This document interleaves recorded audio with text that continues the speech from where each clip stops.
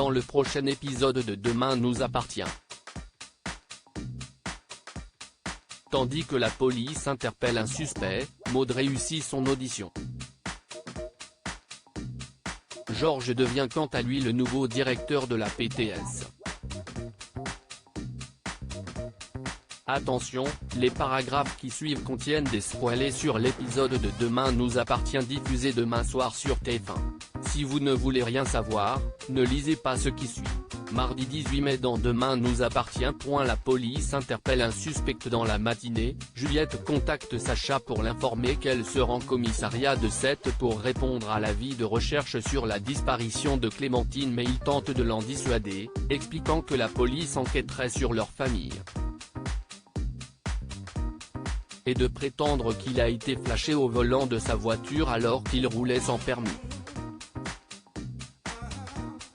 Si cela venait à se savoir, cela lui causerait de sérieux problèmes. Plus tard, Martin et son équipe débarquent chez Sacha pour perquisitionner son domicile. Prévenu par Georges, le commandant Constant lui demande des explications concernant le virement de 20 000 € sur son compte provenant de la cagnotte en ligne. Quand il répond qu'il a eu besoin de cet argent pour régler les frais de la création de son site, Ben et Solène sont furieux et l'accablent de reproches. Au plus mal, les adolescents retrouvent leur oncle et lui rapportent ce qu'il s'est passé. Comme Solène craint de ne jamais se faire opérer, Tristan essaie de la rassurer et promet qu'elle finira par remarcher. Pendant ce temps, Chloé et Sandrine s'inquiètent pour Clémentine et espèrent que la police finira par la retrouver. De son côté, Olivier est toujours convaincu que son ex-femme se la coule douce à l'étranger avec son amant. Au poste de police, Martin et Aurore sont certains que Sacha leur cache quelque chose.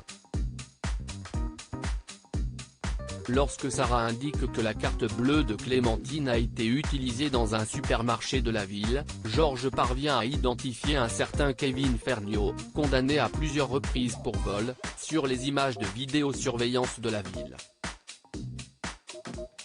Après avoir été placé en garde à vue, Kevin révèle à la police avoir découvert la carte bancaire de Clémentine dans la forêt de Bouzigues. Sans attendre, Martin somme ses équipes de ratisser la zone. Maud réussit son audition bien qu'elle ait répété toute la nuit. Maud est stressée et refuse de passer son audition. Voyant toute la famille l'encourager à ne pas baisser les bras, l'adolescente passe finalement les essais et décroche une place dans la banda. La salle dans laquelle elle devait répéter avec son groupe ayant subi un dégât des eaux, Maud invite alors ses nouveaux camarades à se rendre chez les Delcourt.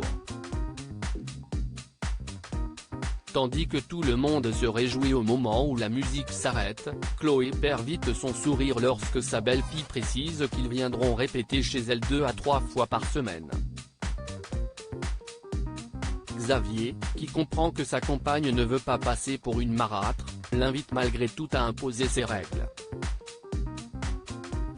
Georges devient le nouveau directeur de la PTS. Victoire rencontre Karim Ospoun et sollicite son aide pour convaincre Georges de prendre la direction du pôle scientifique de Sète.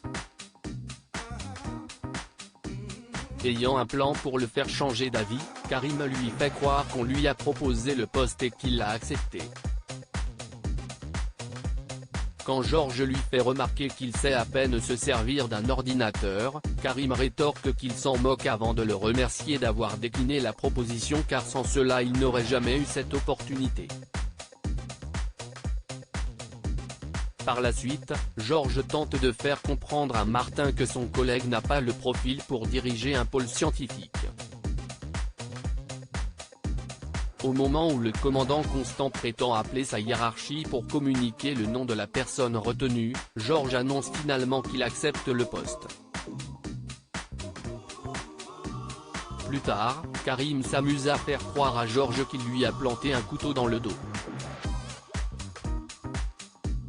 Tandis que Georges lui tient tête, Karim signale qu'il est hyper directif et qu'il a l'autorité nécessaire pour diriger une équipe. Georges saisit alors qu'il le faisait marcher depuis le début. Heureux, le policier rentre chez lui une bouteille de champagne à la main et rapporte la bonne nouvelle à Victoire et Mona. Si sa compagne lui saute dans les bras avec enthousiasme, Mona pense au contraire que son fils fait une énorme erreur.